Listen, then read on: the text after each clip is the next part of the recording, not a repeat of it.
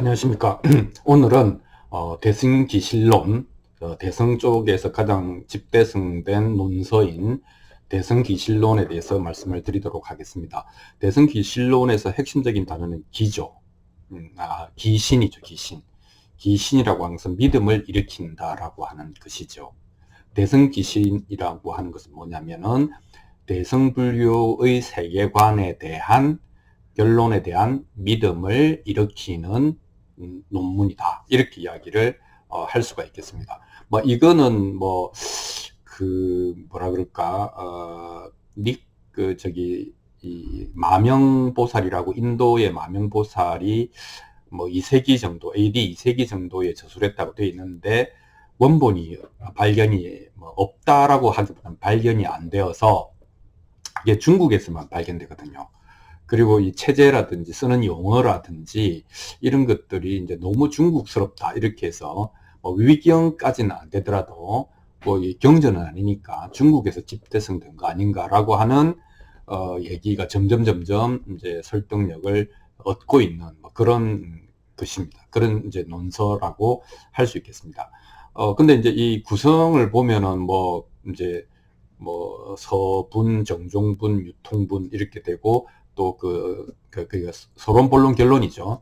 본론은 이제 인연, 입의 해석, 뭐 그다음에 수행 그리고 그 건수이익 뭐 이런 식으로 이제 5챕터로 구성이 되어 있습니다. 그렇지만 이 대승기실론에서의 뭐라 그럴까 핵심적인 내용 구성은 딱 5 아니면 6이라고 하는 숫자로 맞아떨어집니다. 제가 이제 지난 시간에 뭐 초기 불교의 1부터 8까지 숫자를 가지고 초기 불교를 한번 이해해 봤는데 대승기신론에서는 중국 사람들이 좋아하는 1, 2, 3, 4, 5를 그냥 다 갖다 붙여서 그냥 그대로 아주 대놓고 1부터 5까지를 내용으로서 리스팅 얘기를 하고 있습니다. 그러니까 더더욱 이제 이 대승기실론은 이 중국에서 만들어진 것 같다. 뭐 이런 얘기를 하는 것이죠. 어찌됐건 대승기실론은 1세기경에 만들어진 반야부 경전이라든지 각종 대승경전보다 뭐 한 500년 후에 어떻게 보면 만들어진 논서라서 아비달마의 청정도론이 초기 불교 니까야보다 훨씬 뒤에 거의 1000년 후에 만들어진 것처럼 대승기실론도 충분히 이 반야부 경전을 포함한 대승경전이 만들어진 이후에 한 500년 후에 집대성되었다. 그러므로 그 세계관과 수행 방법을 함께 아울러서 융합한 책이다. 이렇게 이야기를 할 수가 있겠습니다. 그래서 이론과 실천 다 이제 아울렀고 교리들을 다 통합을 했고 그래서 뭐 혹자들은 대승불교의 진수를 요약해 놓았다 이렇게 말하기도 하고 또 어떤 사람들은 그냥 대승불교의 얘기들을 잘 편집했다 이렇게 이야기도 합니다. 자, 그렇다면은 대승기실론에서 이 믿으신자라고 하는 것은 이제 불교가 무슨 타력신앙, 그러니까 타력도 아니고 신앙도 아니잖아요. 불교는 스스로 이제 어두움을 이렇게 밝혀나가는 수행법처럼 이렇게 되어 있는데 대승론에 오면 대승불교에 오면 믿으라 이렇게 되는 것이죠. 뭐 하나님을 믿으라는 얘기인가 뭐 이렇게 되는 그 비슷합니다. 사실은. 그래서 이제 니까야에서 나오는 또는 아함경에서 나오는 모습은 여시 아문 신수 봉행이잖아요. 여시 아문은 나는 이렇게 들었다. 그리고 그 들은 내용이 나오고 그다음에 믿고 받들어서 행한다. 이렇게 신수봉행이라고 이제 그 얘기를 하는데 그러니까 이거는 얘기를 들었기 때문에 그 얘기를 직접 들은 얘기를 믿는 것이죠. 근데 이제 이쪽 그 대승불교 쪽으로 오면은 이 용어가 살짝 바뀝니다. 그러니까 신해행증으로 바뀝니다. 이게 뭐냐면 일단 믿으라. 들은 게 아니고 일단 제시된 것을 일단 믿으라. 두 번째는 이해해라. 그 이제 머리로 이해하는 거죠. 그 다음에 이 행이라고 하는 것은 행해봐라. 그러니까 마치 공식을 알았으면 적용해봐라 하는 것과 똑같습니다. 그 다음에 정이라고 하는 것은 과연 그 효과가 그런가를 체득해서 너희 것으로 만들어라 이렇게 되는 겁니다. 조금 비슷한 것 같지만 초기 불교와 대승불교에서 그 신수봉행과 신해행증은 좀 다른 뉘앙스를 완전히 풍긴다 이렇게 이야기를 할 수 있겠습니다. 자, 그러면 대성기실론이 뭐 이렇게 양이 많지도 않다고 합니다. 대성기실론은 이제 5가지 정도의 중요한 내용이 있는데 그것이 이제 숫자로 딱 일목요연하게 리스팅이 되어 있습니다. 그러니까 이것은 대성기실론에서 굉장히 가장 중요한 핵심이죠. 1심, 2문, 3대, 4신, 5행, 뭐 어떤 사람은 6자를 넣기도 합니다. 그래서 이것을 조금 이야기해 보면은 기신론에서 왜 기신, 믿음을 일으킨다라는 말을 하고 있는지 우리가 알 수 있을 것도 같습니다. 이제 그 기신론에서 제일 중요한 것은 1심이죠. 1심. 그러니까 1도 중요하고 심도 중요하죠. 대성에서 이야기하는 것은 모든 것은 하나다, 둘이 아니다. 이렇게 이야기하는 것이고 또 모든 것은 오직 마음이다. 이렇게 즉심시불 뭐 이런 식으로 마음이다. 이렇게 이야기를 하는 것이죠. 그러니까 이것이 가장 중요하고 끝까지 중요합니다. 그래서 모든 것이 하나다, 둘이 아니다라고 하는 것을 믿느냐. 두 번째는 마음 밖에서 구하지 않는다라고 하는 것을 믿느냐. 뭐 이런 얘기를 할 수 있겠습니다. 그건 이제 여러분들이 기독교적인 배경으로 보면은 그 하나님이고 하나인 님이고, 그다음에 이제 불교적 배경으로 보면은 심이잖아요. 오직 마음. 이제 근데 그것조차도 둘이 아니다. 이렇게 이야기를 할 수가 있겠습니다. 자, 그래서 이제 그 그러니까 그 일심이라고 하는 것은 뭐 진여, 열애장, 불성, 뭐 이런 이제 다양한 용어로 쓰이지만 그 포인트는 이미 완전하다라고 하는 것을 자각하는 것이죠. 그리고 이게 이제 대성불교의 진수라고 할 수 있겠죠. 그리고 모두 다 이미 성불에 있다.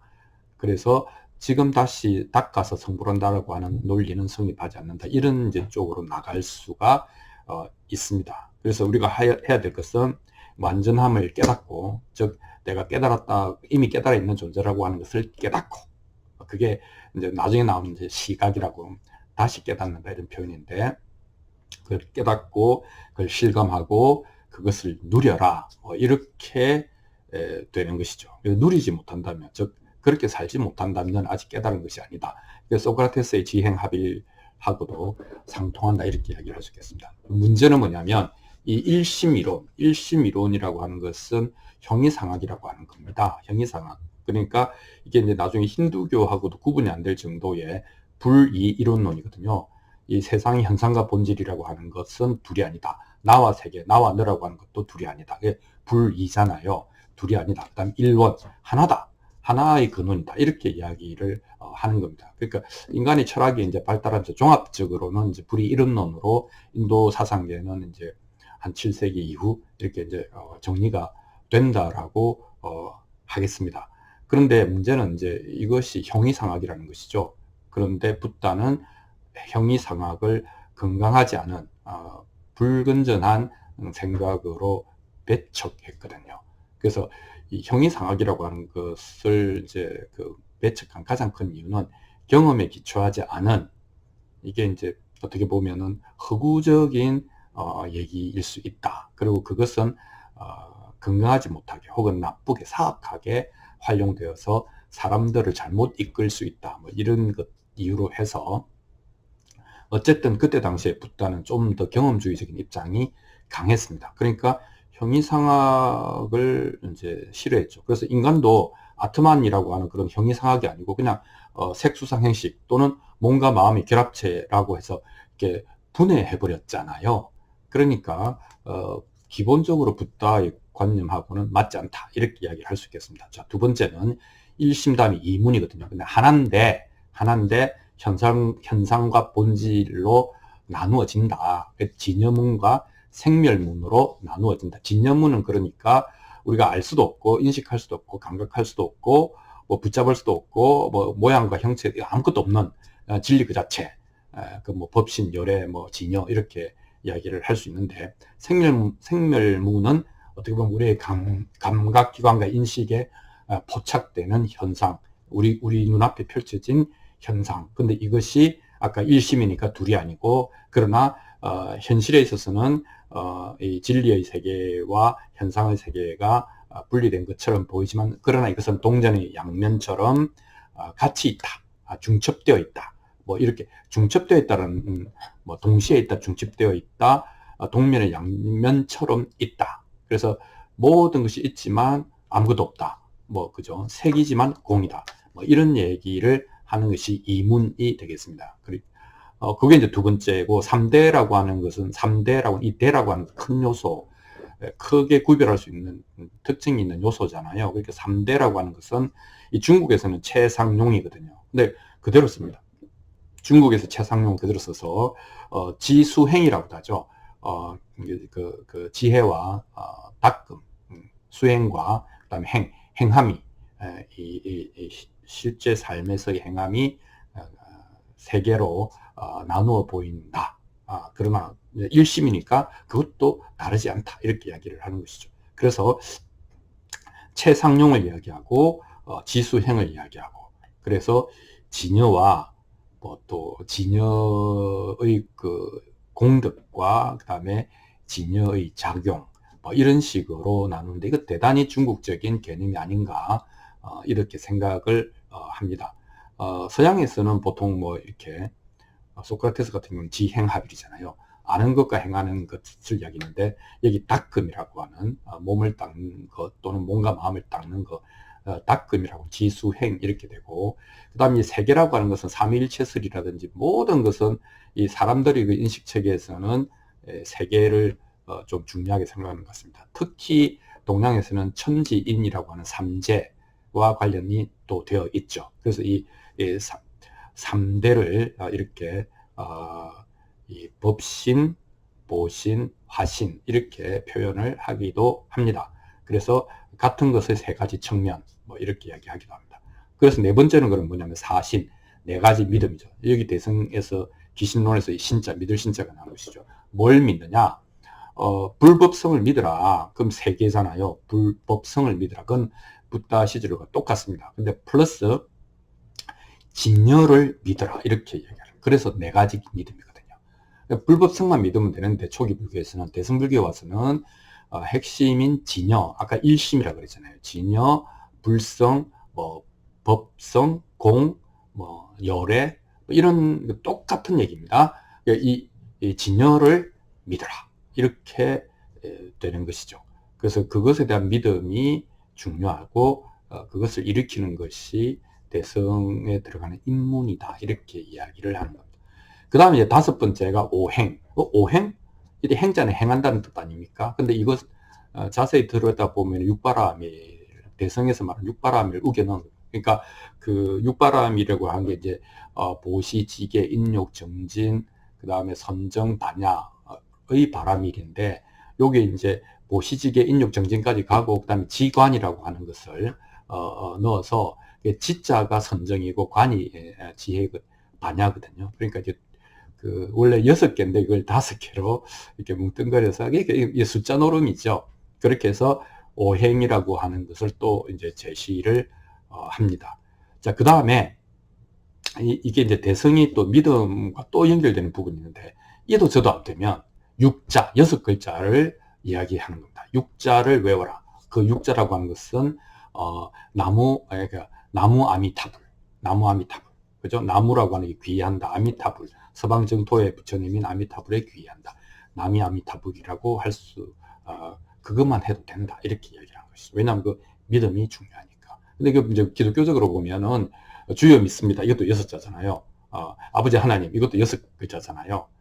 이런, 이제 뭐, 6이라고 하는 게 중요한 것이 아니고, 모르겠으면, 못하겠으면, 그냥 매달려라. 믿음으로 매달려라. 이렇게 이야기를 하는 겁니다. 근데 이제 기독교에서는, 개신교에서는 아예 그 칭의론이잖아요.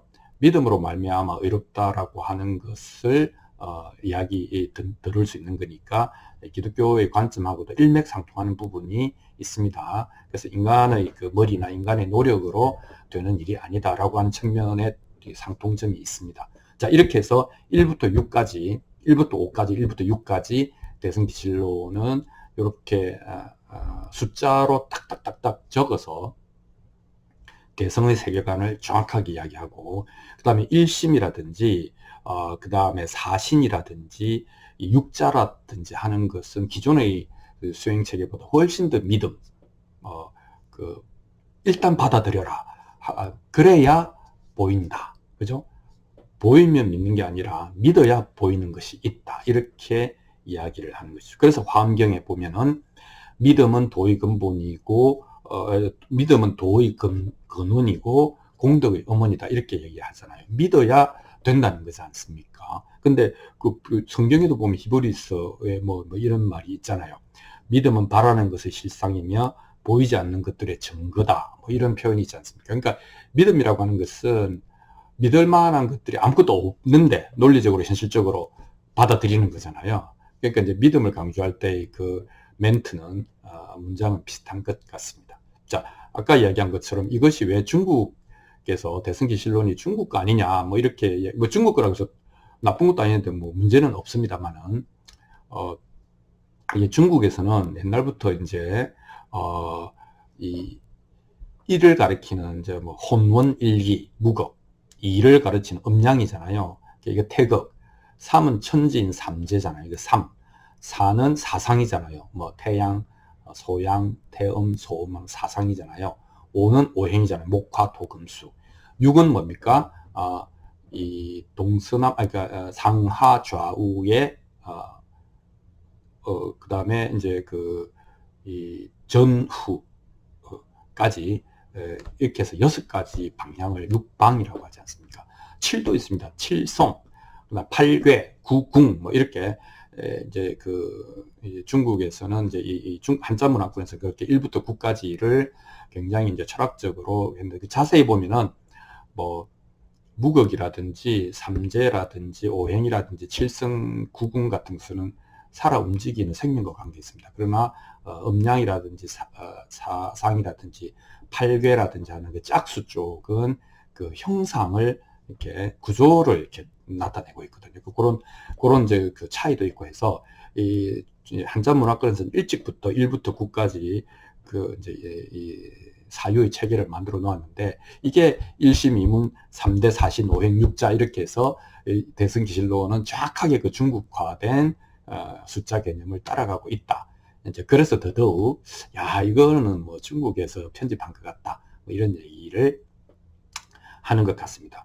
자, 대승기실론에서 제일 중요한 단어는 믿을 신자잖아요. 근데 이 믿음은 보이지 않는 것, 즉 경험에 등장하지 않는 것을 믿어야 되니까 필연적으로 형이상학을 끌어들이게 되고 그 형이상학의 핵심이 완전하다, 다 이루어져 있다, 두 개 아니다, 이런 거 아닙니까? 그러면 이제 붓다 입장에서 볼 때는 완전히 이거는 빼도 박도 못하는 형이상학이고 이제 그런 부분에서 이제 초기 불교하는 분들의 입장에서 보면 이 믿음이야말로 이 형이상학, 붓다가 배척한 형이상학을 끌어들이는 관문이 된다. 이렇게 이야기를 할 수 있겠습니다. 그래서 뭐 이 초기 불교 입장에서는 경험에서 출발해도 실상, 진리의 실상을 알아가는데 그리고 이 괴로움을 없애는데 전혀 문제가 없다. 또 그렇게 차근차근 하면 된다.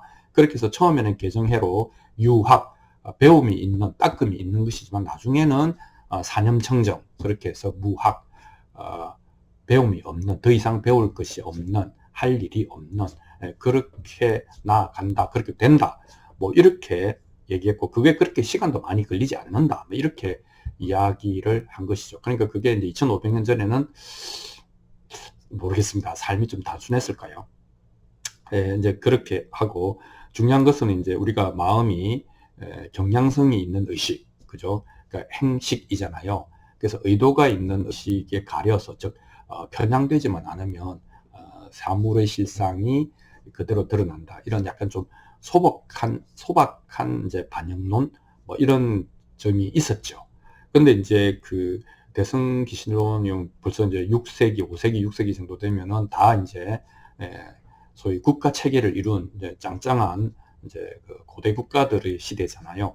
이때는 이제 그 좀 다른 뭐 이론, 다른 세계관이 필요했는지 모르겠습니다. 그래서 어쨌든 거기서 포인트는 뭐냐면은 이 출발부터 완전하다. 그것을 믿어라. 이렇게 되는 것이죠. 그래서 유학이 아니고 무학, 개정의 사막이 아니고 무학. 원래부터 배움이라는 게 논리적으로 필요가 없는 것이죠. 왜냐하면 원래 완전하기 때문에.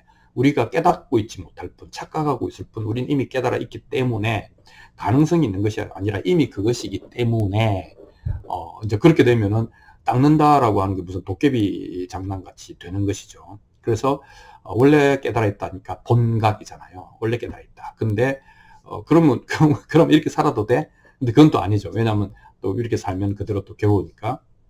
그래서 이제 만들어낸 말이 시각이다. 그러니까 다시 깨달아야 된다. 그러니까 내가 완전하다라고 하는 것은 네가 모르고 있지 않냐. 그거를 깨달아야 된다. 깨달음을 제작, 만들어가고 뭘 닦아서 이렇게 만들어가고 그런 게 아니라 이미 완전하다라고 하는 것을 깨닫는 것이 진정한 의미에서의 깨달음이다.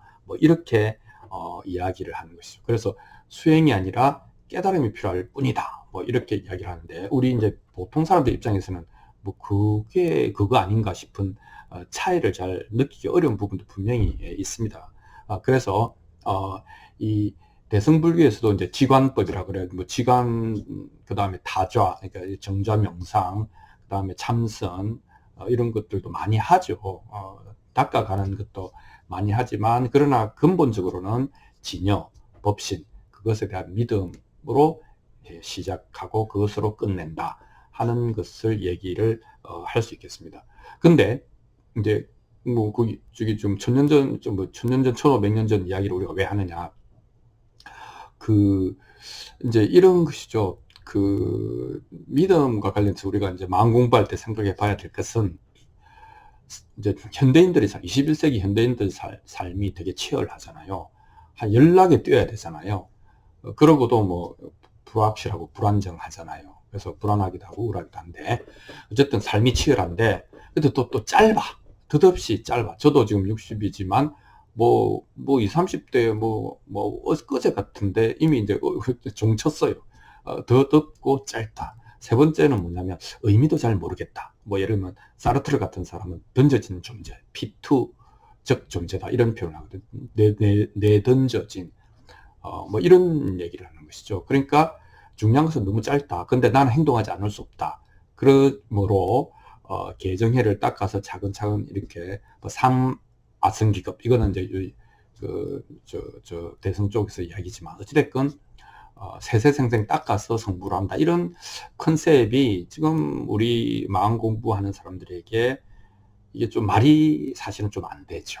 말이 안 되죠. 왜냐하면 짧고 치열하고 덧없는 한 30년 이렇게 플레이를 해야 되는데, 그것이 이제 계정해의 길을 세세생생 간다? 이거는 좀 이상한 거죠. 그래서 이제 우리 마음 공부는 또 이제 이 시대를 완전히 배제할 수 없고, 뭐냐면, 그래서 결론이 뭐냐? 일단 결론부터 말해봐. 이렇게 되는 것이죠. 왜냐하면 우리 삶은 아까 치열하고 짧고 더덥기 때문에 자꾸 옆으로 퍼져나가고 산산이 흩어질 것 같단 말이죠. 그러니까 그 힘이 너무 세요. 물질의 힘이 너무 세니까 강력한 정신적인 구심점, 이렇게 은하계로 따지면 은하계가 흩어진 것을 막아주는 블랙홀 같은 그 정신적인 구심점, 그러니까 역설적으로 형이상학을 요구하는 것 같다, 이런 이제 느낌이 되는 겁니다. 근데 이미 그러니까 6세기 한 1500년 전에 대성의 이론을 집대성한 사람들도 비슷한 생각을 했던 것 같아요. 그때 당시도 일반 사람들은 먹고 살아야 되잖아요.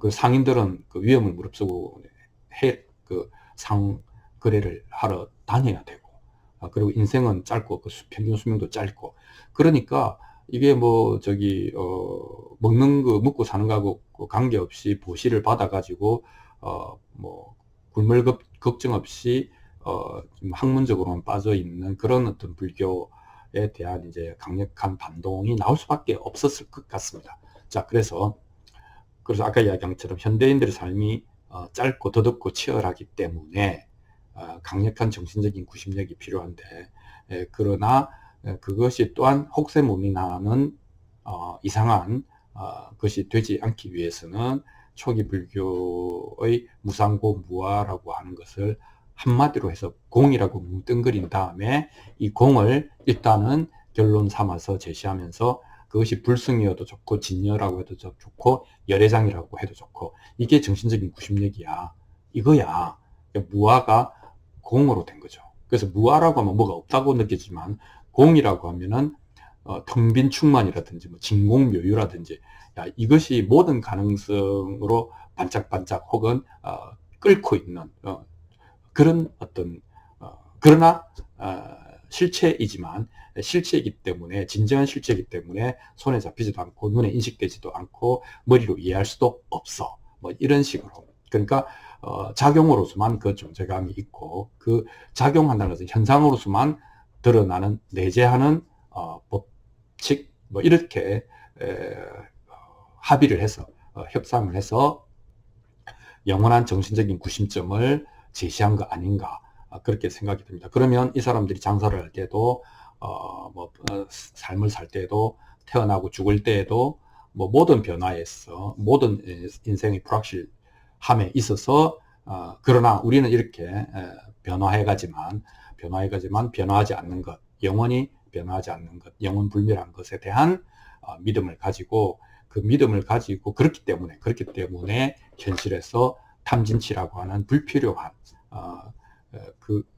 어떤 욕심 이런 것들이 이제 놓여지는 뭐 그렇게 해서 초기 불교의 무상고무와 염기 그 다음에